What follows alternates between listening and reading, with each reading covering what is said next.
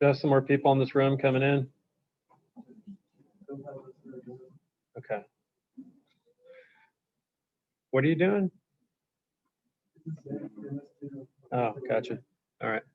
Well, I'll just show when you can. Ready to get started here. All righty. Good morning, guys. There's some people getting held up in psych, but we'll just go start without them.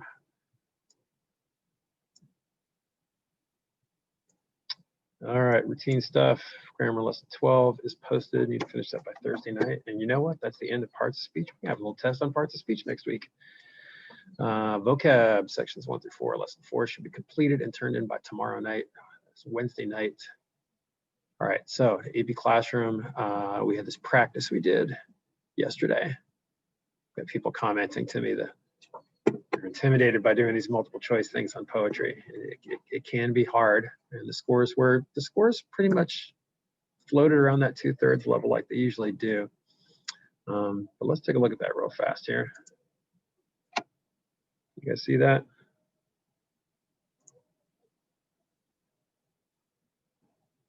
So the first, I believe, 4 questions were on the lady poem, right? And the last 3 questions were the Rossetti sonnet, I believe, right? So you can see in the green, you know, we are around that 2/3 level, and that's fine. Question 3 must have been pretty easy because almost everybody got that right. First few questions on the Rossetti poem, mostly fine. And then for some reason on number 7, wow, hardly anybody got that correct.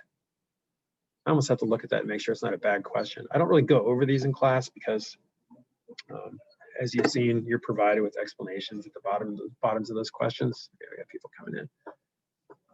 And you can do that yourself. We can always talk about them later if you need to, but I just kind of let you guys do that on your own. But take a look at that last one, because, and mostly because of that, literally nobody got 7 out of 7 on this, but we did have several people get 6 out of 7, and I wanted to recognize those people between second and third bell. Arnold Gaynor, 6 out of 7. Mitchell Kelly, 6 out of 7. Isaiah Montgomery, 6 out of 7. Good job. Maui Nevis, 6 out of 7. And Taylor Ritzy, 6 out of 7. So good job, the 5 of you, in getting almost all of them right. And apparently, and all, I believe all of those people missed number 7. So you can almost count that as 100. I'm not counting this for a correctness grade. So we're doing okay there. We'll just keep hammering away at it. I got to let the rest of these people in here.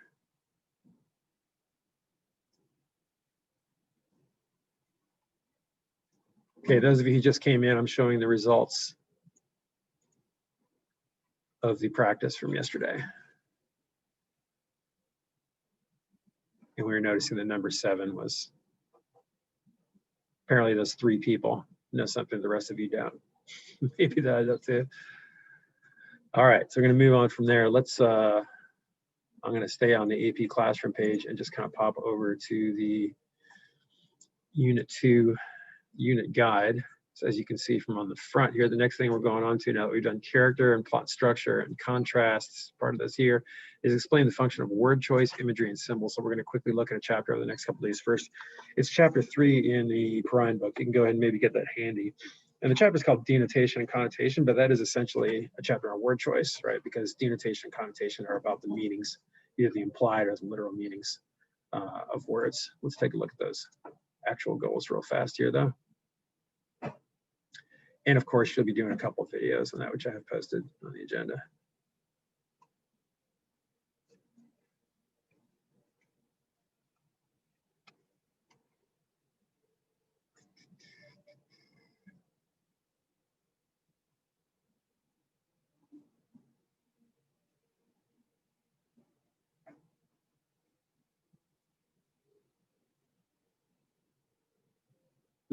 This doesn't seem like it's corresponding very well. What's going on there? Oh, here we go. Explain the function of different specific words and phrases in a text. Got things about antecedents, right? Referring to each other. Referents are ambiguous if they can refer to more than one antecedent, which affects interpretation. So you see some overlap with grammar there, right? Words or phrases can be repeated to emphasize ideas or associations. And alliteration is the repetition of the same letter sound at the beginning of adjacent or nearby words to emphasize those words. So while that's a sound device, it can have to do with word choice too. And so they're kind of including that, which seems a little bit random to me, but that's okay. Okay, popping back here real fast. So just to, do I have it on the agenda here? Yes.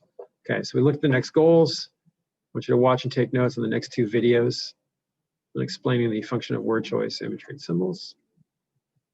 And then we're going to take a dive into Poetry 3. So if you haven't already done that, let's get your books open to page 697. Let's read into that. Look at a poem or two today.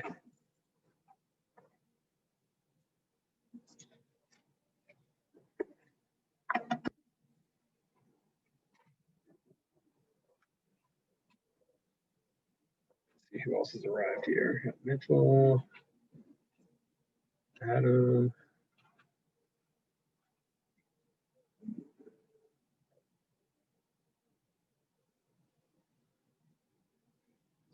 Children's.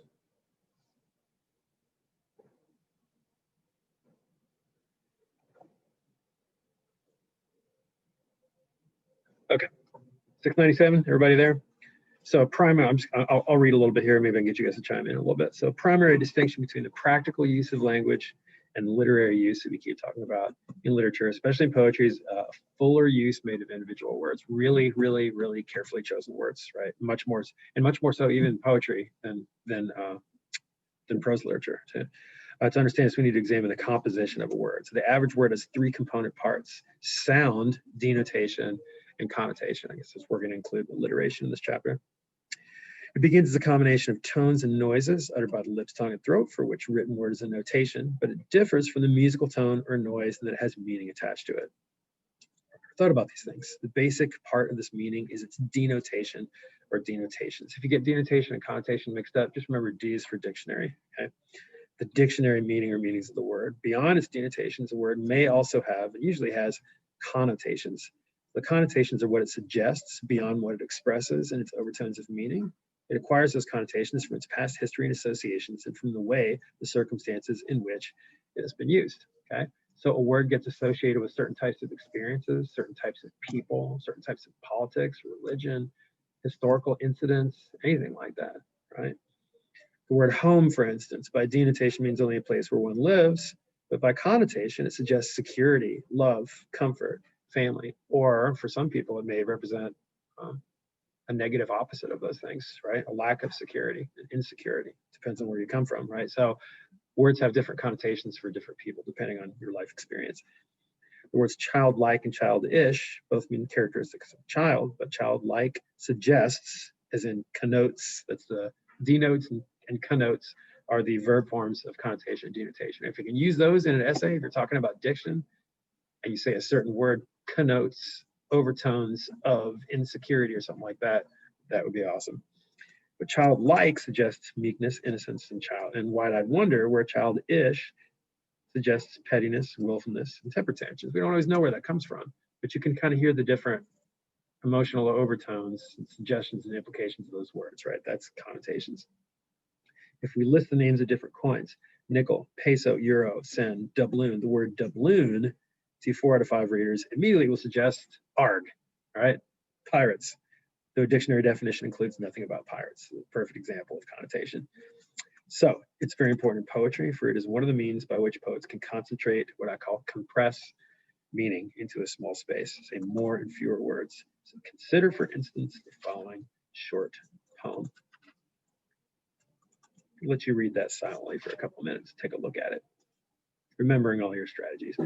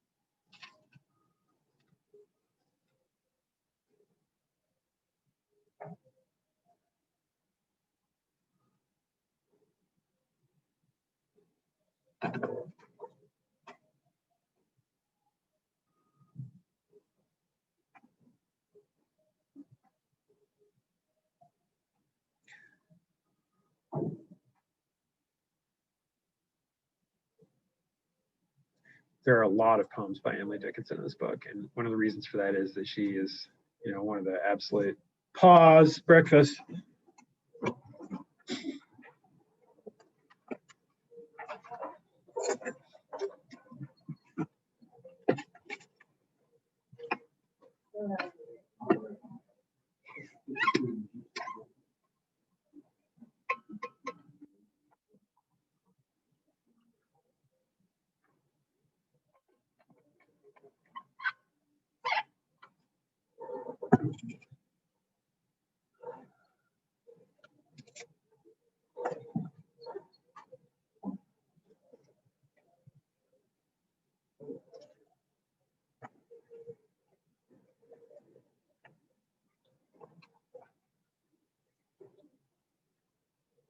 Okay, so Dickinson is one of the absolute masters of packing a huge amount of meaning into a small amount of space.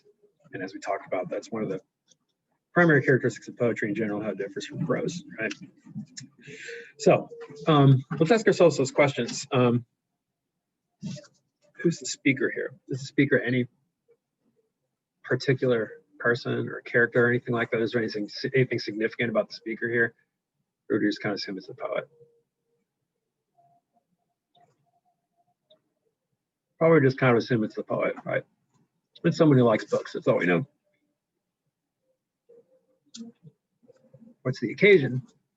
Once we name the occasion, it's probably going to lapse and overlap right into what is the meaning or purpose, right? But the occasion is to what? Discuss or express a view about what? Tell me.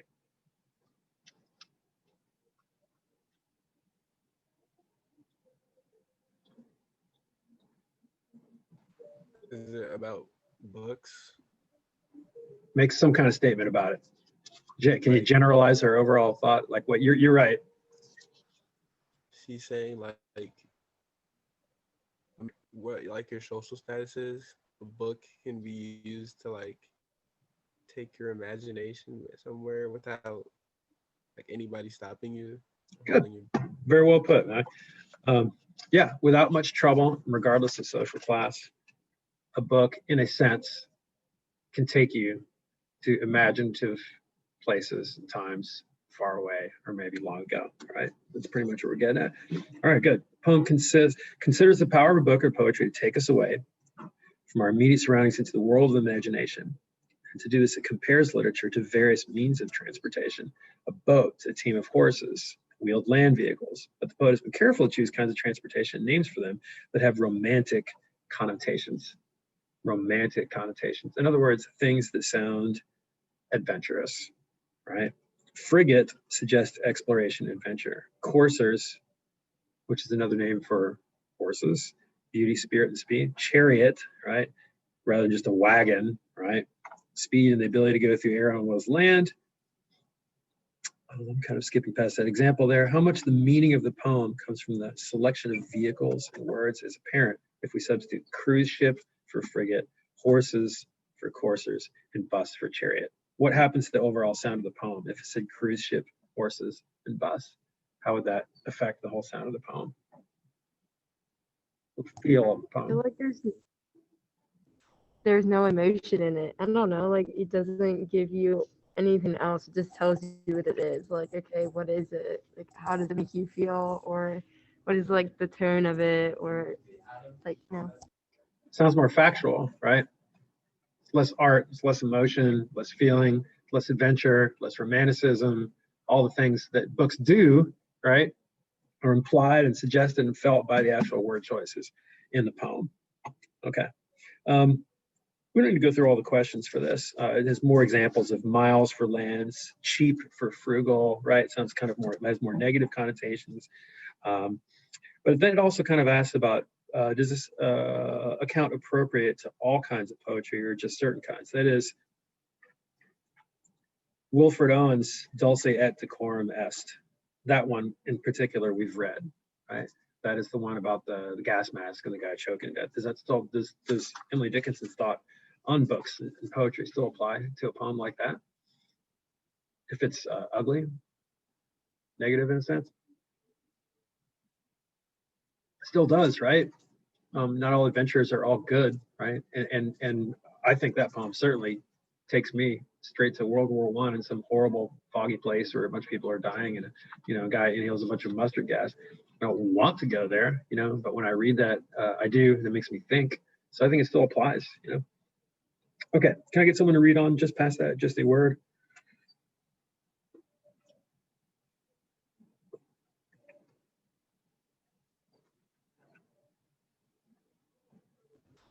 I will. Okay. Just as a word has a variety of connotations, so may it have more than one denotation. If we look up the word spring in the dictionary, for instance, we will find that it has between 25 and 30 distinguishable meanings. It may mean 1, a pounce or leap, 2, a season of the year, 3, a natural source of water, 4, a coiled elastic wire, and so forth. This variety of denotation, complicated by additional tones of connotation, makes language confusing and difficult to use. Any person using words must be careful to define precisely by context the denotation that is intended. But the difference between the writer using language to communicate and the poet is this. The practical writer would usually attempt to confine words to one denotation at a time. The poet will often take advantage of the fact that the word has more than one meaning by using it to mean more than one thing at the same time.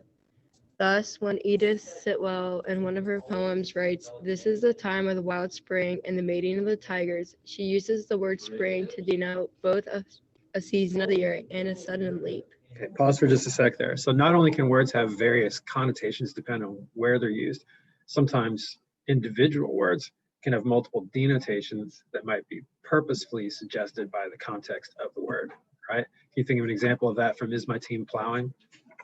Multiple denotations of a word with bed and sleep and lie, right? And then of course, all the different ways of denoting that has some connotations depending on which denotation you have, so it overlaps.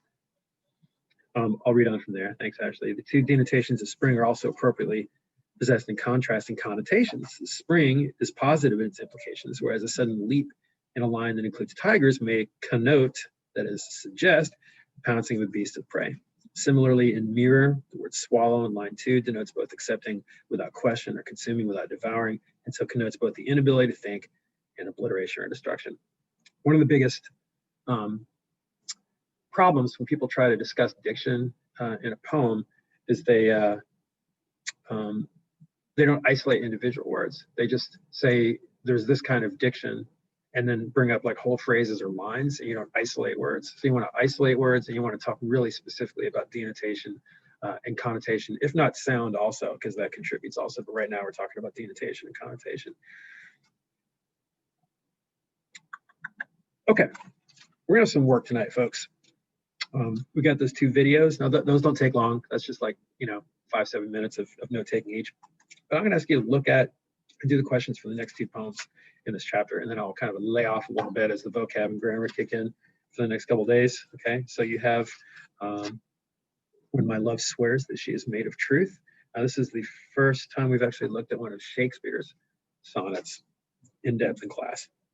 So think about the structure. Remember, his are always 4-4-4-2. But the meaning and the sound are going to kind of be arranged in groups like that. So look for that turn, which is either going to be in the 9th line or the 13th line, the beginning of the 3rd quatrain or the final couplet.